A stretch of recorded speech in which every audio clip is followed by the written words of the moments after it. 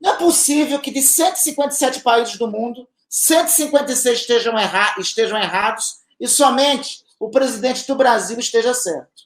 Mas o que eu considero importante, Eduardo, a essa altura é o seguinte: nós temos, nesse momento, a responsabilidade de todas as lideranças políticas, de todos os governos locais, governadores e prefeitos, e apesar do presidente da República, e apesar das atrocidades que ele está cometendo, temos que deixar de lado, temos que atuar com base na ciência, e nós, independente dele, temos que cumprir a nossa parte. O Congresso, veja, você destacou algo muito importante.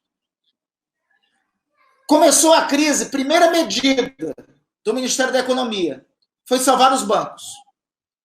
O ministro Paulo Guedes, que deveria estar nessa crise falando todo dia, desapareceu durante um tempo, no auge dessa crise nessa semana, e reapareceu para quê? Para o quê? Para um diálogo com os financistas da XP. Você fez uma postagem hoje excelente. O ministro Paulo Guedes deveria se dirigir a quem faz a economia real. São os empreendedores populares, são os ambulantes, são os mais pobres, muitos deles, que inclusive são flanelinhas na frente dos estabelecimentos, são aos micro e pequenos empresários, deveria se dirigir... Aos pequenos agricultores, aos sindicatos, a todos aqueles que estão realmente preocupados, porque eu tenho certeza que o dono da XP, o dono do Itaú, o dono do Bradesco, o dono dessas empresas estão preocupados é qual vai ser a rentabilidade da empresa no próximo mês e como a ação deles vai reagir. A gente precisa que o ministro da Economia ele se dirija às pessoas que estão preocupadas se elas vão estar vivas ou não vão estar vivas no mês que vem. E outra coisa, Eduardo, veja, eu não tenho notícia no mundo de nenhum ministro da Economia, de qual orientação que seja, que o primeiro ato dele tenha sido salvar bancos e depois dialogar com os financistas, dialogar com o mercado financeiro.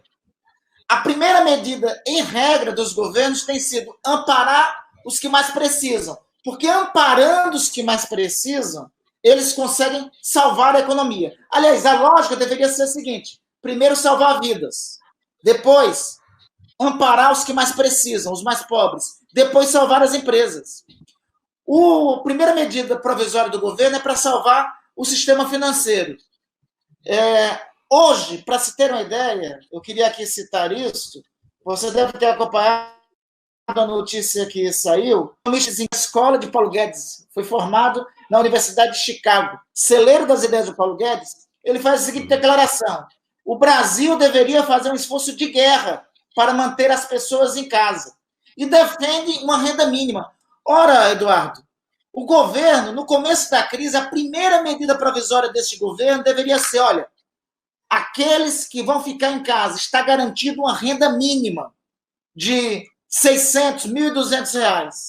Mas não foi a primeira medida, e ali não ter sido a primeira medida, quando o governo veio a falar disso, quando as pessoas já estavam passando fome em casa, veio a falar de uma renda de R$ 200. R$200. Isso é muito importante lembrar, senador.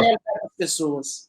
Muito importante lembrar, porque o governo veio à televisão falar que, olha, nós fizemos um plano de R$600, de R$ 1.200 para as mães de família. Isto não é verdade. Isso foi proposto pela oposição, porque a proposta do governo era uma proposta, as duas propostas principais do governo. A primeira, todas as empresas podem mandar os empregados para casa durante 4 meses sem demitir e sem pagar um centavo. Essa foi a primeira medida. E depois, a medida foi o seguinte: olha só, a gente vai dar uma ajuda para as pessoas que agora não têm o que vender, não têm com o que se sustentar, de R$200 por mês. Então, o que o governo propôs foi isso. Os 600, R$1.200 foi feito pela oposição e aí sim, com um acordo com a participação do centro e de outros partidos. Mas o governo não tem nada a ver com isso. Importantíssimo falar isso. Não, o governo foi derrotado na Câmara.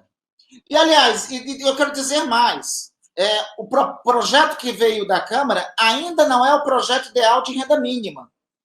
Nós temos um projeto no Senado que estabelece... O projeto da Câmara estabelece uma renda mínima de até R$ 1.200. Nós temos um projeto no Senado que estabelece uma renda mínima de até R$ 1.500 e esta renda mínima por 6 meses, prorrogado por mais 6. O da Câmara são 3 meses, prorrogável por mais 3. Eu acho insuficiente. É muito insuficiente, porque, veja, as consequências desta crise para os mais pobres, o ano 2020 está perdido. Eu vou dar um exemplo aqui do Amapá. O empreendedor feirante da Feira Maluca, quando você vier aqui no Amapá, eu vou lhe levar lá, Eduardo, que fica aqui num bairro da zona sul da cidade, no bairro do Congoles. Este feirante, ele está passando... O que ele já perdeu nessa semana, ele não vai recuperar na semana que vem, não vai recuperar no primeiro mês depois da crise. Ou seja, essa renda mínima tem que amparar. Nenhum governo do mundo a essa altura está preocupado em salvar o seu mercado financeiro, em salvar somente as suas empresas, porque se os trabalhadores morrerem de fome, se não tiver força de trabalho, eles não vão ter como trabalhar. Essa é uma lógica básica da economia. Pior que lamentavelmente, nós temos uma equipe econômica tão cruel, mas tão cruel, que não consegue entender que o eixo do mundo está mudando em decorrência dessa crise. O eixo do mundo exige uma nova... Não cabe mais. É anacrônico falar a essa altura de teto de gastos. É anacrônico, a essa altura, falar de redução de impacto nas contas do governo. O governo, a essa altura, tem que dar dinheiro para as pessoas ficarem em casa, porque tem que proteger a vida das pessoas. Essa é a lógica. Então, o projeto que veio da Câmara